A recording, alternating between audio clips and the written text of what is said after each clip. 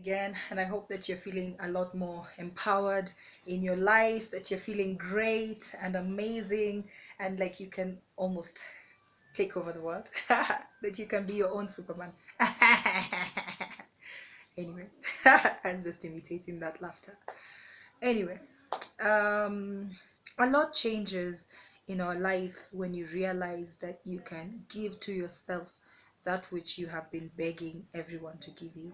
When you realize that you as an individual is so empowered and that you're so powerful and that you know enough to be able to share, that you have something to give, that even when you go to an interview, when you go to negotiate for a deal, you're not going there as like, oh my God, poor me, take me, I am jobless, I am unemployed. You're going there because you know you're valuable, you have something to give. So you keep increasing your value. And even if you're not given that opportunity, you realize, I can do this for myself. So it changes in how you operate, how you allow people to treat you. Earlier on in my career, or when I was just getting, this really grand opportunity, and I remember one time that I was thinking, oh my God, I'm losing this deal, and I was really crying at the top of my voice, thinking, how can I lose this opportunity? And yet, when I realized that I could, in time, if I gave myself time to learn and to grow, I could flip side. I could be the one person who is on the other side of the room negotiating or with someone, a young person, and wanting to empower them for a better future and not taking advantage of them and not taking advantage of their desperation. So as young people, or not even as young people, as women, as human beings, as men in the society, do not surrender your power, you as an individual, to be able to take yourself to the next level. You're not asking for permission from anyone to give it to you. You already have it. It's in you. When God created you, He gave you talents, He gave you gifts, He gave you ability, He gave you skills, and you're not defined by the one thing that you went to study in school. You're defined by everything, the experiences that you've had, who you interacted with. For me, going to Kitale for boarding school, my relatives all the way in Kambe and Ukambani, all those people, every person that I've interacted with, every book that I've read, every movie that I've watched is wealth, is something unique that I bring to the table. And so sometimes we feel so disappointed. Young people are committing suicide, oh, because I can't get a job. Young people are depressed because you can't get a job. But I want to remind you, so many young people are taking the same pain that was given to them, the same rejection that was given to them, and they are multiplying it double and ensuring that they make something amazing out of that. I think what has really inspired me in my journey is the fact that occasionally I have been underestimated. I've gone to a room and people are thinking, what do you have to bring?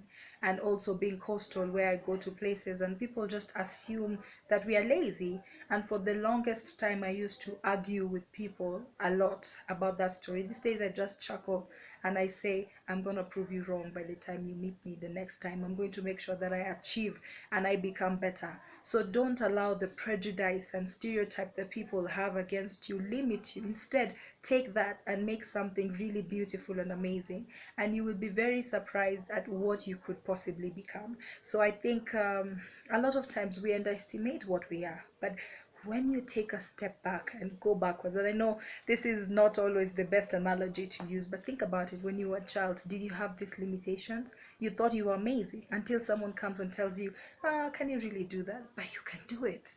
You can do it. And so I think everyone, I came to ask myself and I said, this is a 25-year-old giving a testimony about their enterprise.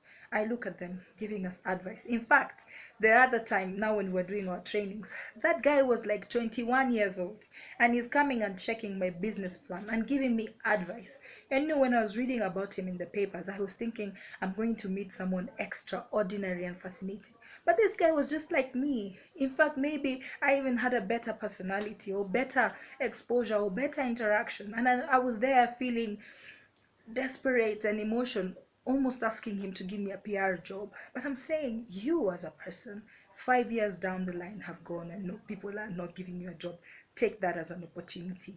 And entrepreneurship is not really as bad. Like I told you, I was not failing in school to venture into entrepreneurship. I was doing absolutely well.